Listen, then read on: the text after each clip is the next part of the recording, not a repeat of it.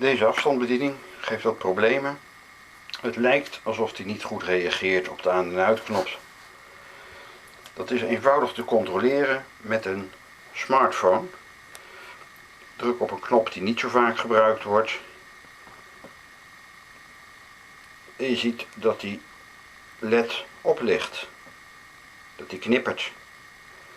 Doen we datzelfde bij de toets waarvan we de twijfels hebben. Dan zie je dat als je wat harder duwt, dat hij dan wel knippert. Maar als je gewoon duwt, dat hij dan niet knippert. Dat is in ieder geval niet erg betrouwbaar. Soms wel, soms niet. Dus daar gaan we wat aan doen. Allereerst de batterijen eruit.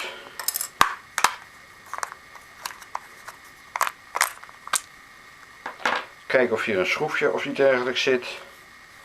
Er zit niets. Anders moet die eerst losgenomen worden. Dit geldt eigenlijk voor alle afstandsbedieningen. En dan is het zoeken naar de deelnaad. Want hij moet wel uit elkaar kunnen. Maar hij is natuurlijk zo in elkaar gezet dat hij nooit meer uit elkaar hoeft. Dus het is even zoeken waar we iets tussen kunnen gaan zetten. Er zit verder geen beweging in. En in de praktijk zitten er een aantal haakjes die in het andere deel haken. Maar dat moet dus even gevonden worden en we willen hem ook een beetje heel houden.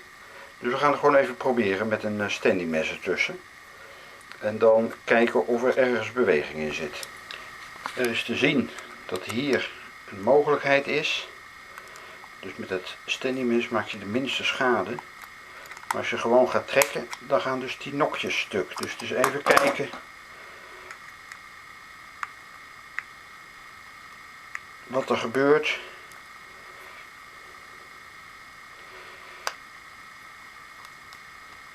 Als je de weg een beetje volgt en dan kijkt of die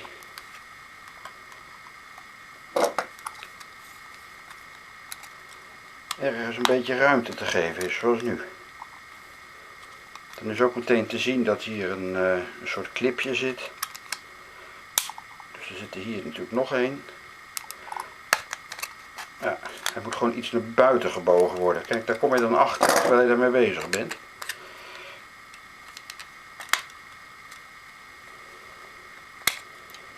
En uiteindelijk valt hij uit elkaar. Dan is ook te zien hoe dat vast zit. Deze clipjes, deze is dus al gebroken. En hier achteraan hoort ook denk ik iets. Nou, de toets waar het om gaat.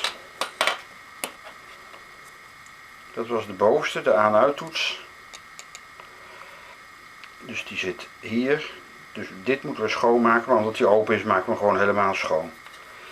En hier zit die, even kijken wat de bovenkant is dus hier.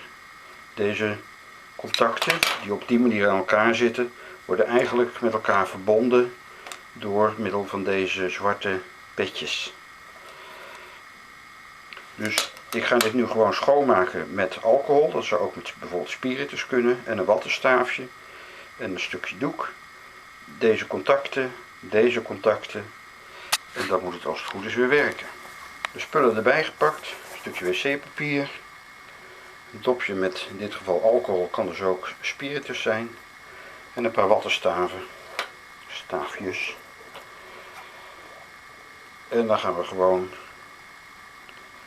dit schoonmaken.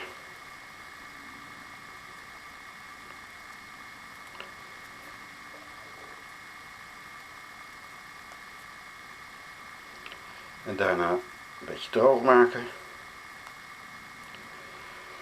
En op dezelfde manier kunnen we de rest van de toetsen doen. En hier kunnen we het ook eigenlijk doen. Schoonmaken van alle contacten. Eventueel met een doekje nog wat poetsen. Dus nog een beetje alcohol. Het poetsen. Het kan natuurlijk nooit kwaad om ook even te kijken of er verder nog iets te zien is aan viezigheid. Maar het ziet er allemaal netjes uit. Als we toch bezig zijn, kunnen we deze flap er trouwens in zijn geheel uithalen. Dan kunnen we ook dit schoonmaken, de toetsen schoonmaken met een borsteltje, tandenborstel of iets dergelijks. En daarna kan hij weer helemaal in elkaar. Gaan we eerst nu eventjes verder met de wattenstaafjes. De boel is schoongemaakt. Er komt wel wat viezigheid af, zo te zien. Dit ook schoongemaakt.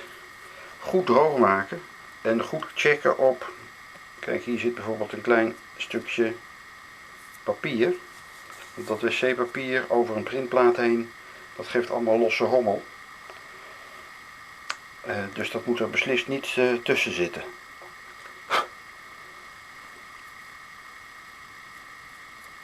Dus controleer goed dat hij echt helemaal goed schoon is.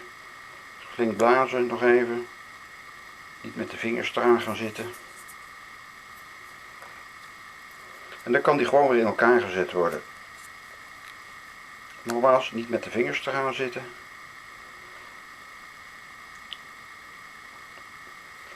En dan kan de print gebruikt worden om even te passen. Ik zie hier toch nog wat pluisjes. Er moeten beslist geen pluisjes achterblijven. En dan kan die in elkaar gezet worden. De print weer terug. Op de manier zoals die zat. Niet aan de contactjes komen. En dan kan die in het geheel gewoon in elkaar gedrukt worden. Even kijken hoe dat gaat. En dat hij de juiste kant boven heeft.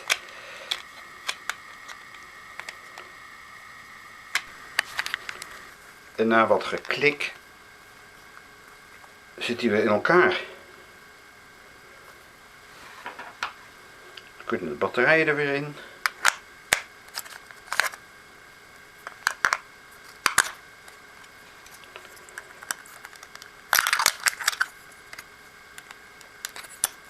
Klepje erop. En dan kunnen we weer aan de hand van de telefoon kijken of die het nu wel weer doet. Pakken we er even bij.